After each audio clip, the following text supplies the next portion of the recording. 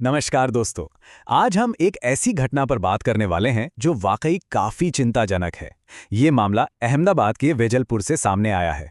देखिए, जब भी ऐसी खबरें आती हैं ना तो अफवाहें तेजी से फैलने लगती हैं। लेकिन आज के इस एक्सप्लेनर में हमारा पूरा फोकस सिर्फ और सिर्फ कंफर्म्ड तथ्यों पर रहेगा।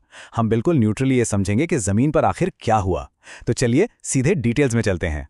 तो सबसे बड़ा सवाल यही है कि आखिर अहमदाबाद के वेजलपुर में इस नाबालिग यानी माइनर लड़की के साथ हुआ क्या। सोचिए, जब बात एक छोटी बच्ची की हो तो स्थिति अपने आप कितनी सेंसिटिव हो जाती है। एक आम से दिन में ऐसी घटना का होना वहां के लॉ एंड ऑर्डर और सोसाइटी की सेफ्टी दोनों पर कई सीरियस सवाल खड़े करता है। चलिए सबसे पहले बेसिक डिटेल्स क्लियर कर लेते हैं, यानी कौन, क्या और कहां। लोकेशन है अहमदाबाद का वेजलपुर एरिया। पीड़िता एक नाबालिग लड़की है और जो आरोपी है वो वहीं का एक स्थानीय व्यक्ति बताया गया है। अब जो सबसे डिस्टर्बिंग पार्ट है वो है इस अपराध का तरीका। ये कोई आम झगड़ा नहीं था। यहां पहले लगातार पीछा किया गया, जिसे हम स्टॉकिंग कहते हैं, और फिर हथियार के दम पर धमकाया गया। किसी माइनर की डेली लाइफ में इस तरह का डर कितना भयानक हो सकता है। अब आते हैं इस घटना के मुख्य हिस्से पर, पीछा करना और धमकाना। आइए देखते हैं कि स्थिति यहां तक कैसे पहुंची। अगर हम इस पूरे सीक्वेंस को देखें तो ये 2 स्टेप्स में आगे बढ़ता है। पहले कदम में वो व्यक्ति वेजलपुर में उस नाबालिग लड़की का लगातार पीछा करता है। देखिए, स्टॉकिंग को कभी हल्के में नहीं लिया जा सकता। ये किसी की पर्सनल जिंदगी में जबरदस्ती दखल देना है। फिर आता है दूसरा कदम, जहां आरोपी इस स्थिति को एक एक्सट्रीम लेवल पर ले जाता है। वो माइनर को चाकू से धमकाता है। ये एक बहुत ही अचानक और खतरनाक बदलाव है, जहां मानसिक दबाव अचानक से एक डायरेक्ट फिजिकल खतरे में बदल गया।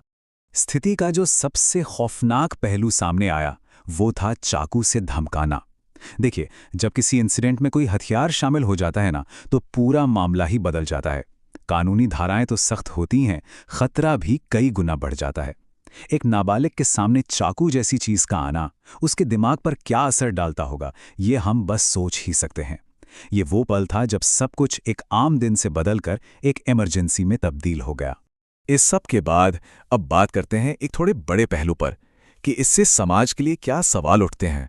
हमारी उम्मीद क्या होती है, यही ना, कि हमारी सोसाइटी में, हमारे मोहल्ले में बच्चे बिल्कुल सुरक्षित रहें, उन्हें किसी बात का डर ना हो। लेकिन रियलिटी क्या निकली? वेजलपुर की इन्हीं सड़कों पर एक नाबालिग को निशाना बनाया गया, स्टॉक किया गया और हथियार से धमकाया गया। ये डिफरेंस दिखाता है कि हम क्या चाहते हैं और वास्तविकता में क्या हो रहा है। और सच कहूं तो ये गैप हम सबकी आंखें खोलने के लिए काफी है। तो आखिर में सवाल ये उठता है कि नाबालिगों की सुरक्षा पक्की करने के लिए हमारा समाज और कितना सतर्क रह सकता है। वेजलपुर की यह घटना हमें याद दिलाती है कि सुरक्षा सिर्फ पुलिस की जिम्मेदारी नहीं है।